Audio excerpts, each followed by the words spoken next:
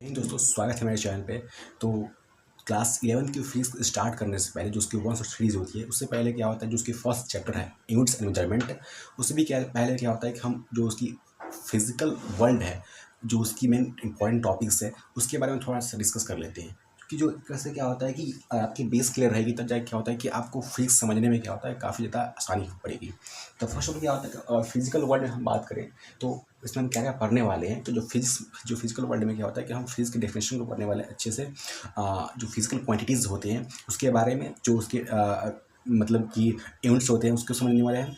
तो सबसे पहले क्या होता है कि अगर उसके डेफिनेशन पे आए, उससे पहले क्या होता है कि हमको समझना होगा कि जो फिजिक्स है उसकी थोड़ी सी ब्रीफ हिस्ट्री के बारे में समझ लेते हैं। ठीक है, जो फिजिक्स है वो सबसे पहले क्या होता है कि 3000 BC से 1000 BC के आसपास क्या होता है इसको फाउंड किया गया था। और इंडिया में क्या होती है जो इस फिजिक्स जो स्टार्ट जो फाउंडिंग हुई थी अप्रॉक्स 1500 BC से ऑनवर्ड्स हुई थी। ठीक है, अब यहाँ तक क्या होता है कि मतलब जो फिजिक्स है वो अभी आप देखोगे जिस हिसाब से क्या होता है कि आप मॉडर्न फिजिक्स पढ़ते हो तो क्या होता है कि ऐसे करके मतलब कि फिजिक्स के ब्रांच होते हैं। ठीक है, जैसे कि मान लीजिए कि मैं ब्रांच का नाम लिखता हूँ फिजिक्स के।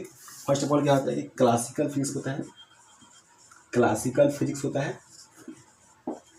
ठीक है, उसके बाद मॉडर्न मॉडर्न फिजिक्स होता है, क्वांटम फिजिक्स होता है एंड न्यूक्लियर फिजिक्स होता है। क्लासिकल फिजिक्स की बात करें तो सर आइजैक न्यूटन ने फाउंड किया था इसको, और मॉडर्न फिजिक्स की बात करें तो इसको सर अल्बर्ट आइंस्टाइन ने फाइंड किया था, और इसकी बात करें क्वांटम फिजिक्स तो सर मैक्स प्लैंक ने फाउंड किया था, और न्यूक्लियर फिजिक्स की बात करें तो सर रदरफोर्ड ने इसको फाइंड किया था। अब आते हैं डेफिनेशन पे।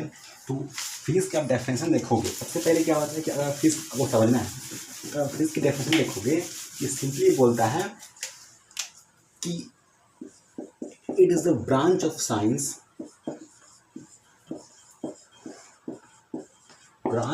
साइंस that deals with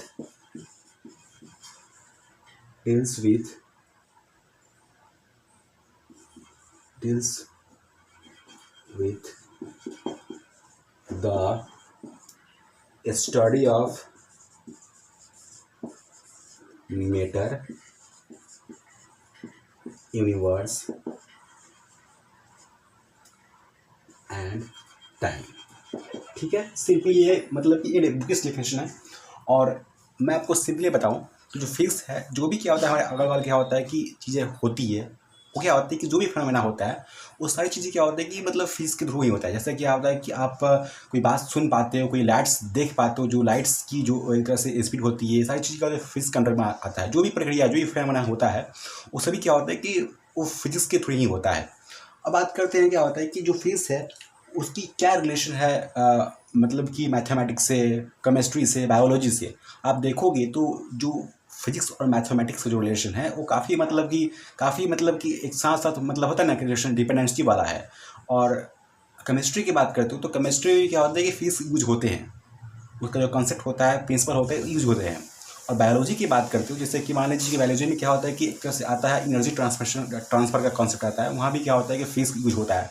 तो जो फिजिक्स है वो एक तरह से साइंस का एक कोड है, जो कि क्या होता है कि हर एक, वो चाहे मैथ हो, केमिस्ट्री हो, बायोलॉजी हो, एक तरह से क्या होता है फंडामेंटल है, जो कि क्या होता है कि एक साइंस का बेस बनाता है। ठीक है, अब बात करते हैं क्या होता है कि साइंस जो फिजिक्स है उसमें तो आपने डेफिनेशन समझ लिया। और फिजिकल वर्ल्ड में क्या होता है कि आपको ये सब कुछ इंपॉर्टेंट फोर्सेज होते हैं, जो कि क्या होता है कि एक्चुअली में क्या होता है कि मतलब जिसके थ्रू क्या होता है कि सारे जो फिनोमेना होता है, जो भी मतलब कि फिजिक्स के अंतर्गत होते हैं। ठीक है, तो फर्स्ट ऑफ ऑल क्या होता है कि आप यहाँ देखोगे अगर तो कुछ फोर्सेज होते हैं, फंडामेंटल फोर्सेज, जिनको बोलते हैं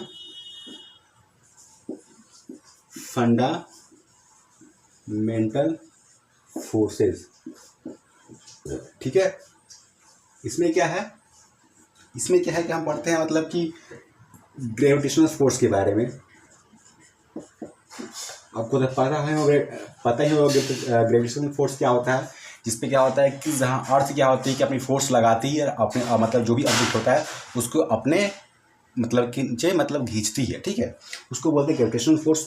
दो मास के बीच में जो फोर्स लगता है थ्रू ग्रेविटी, उसको बोलते हैं ग्रेविटेशन फोर्स। ठीक है, अब बात करें दूसरा आता है इलेक्ट्रोमैग्नेटिज्म फोर्स।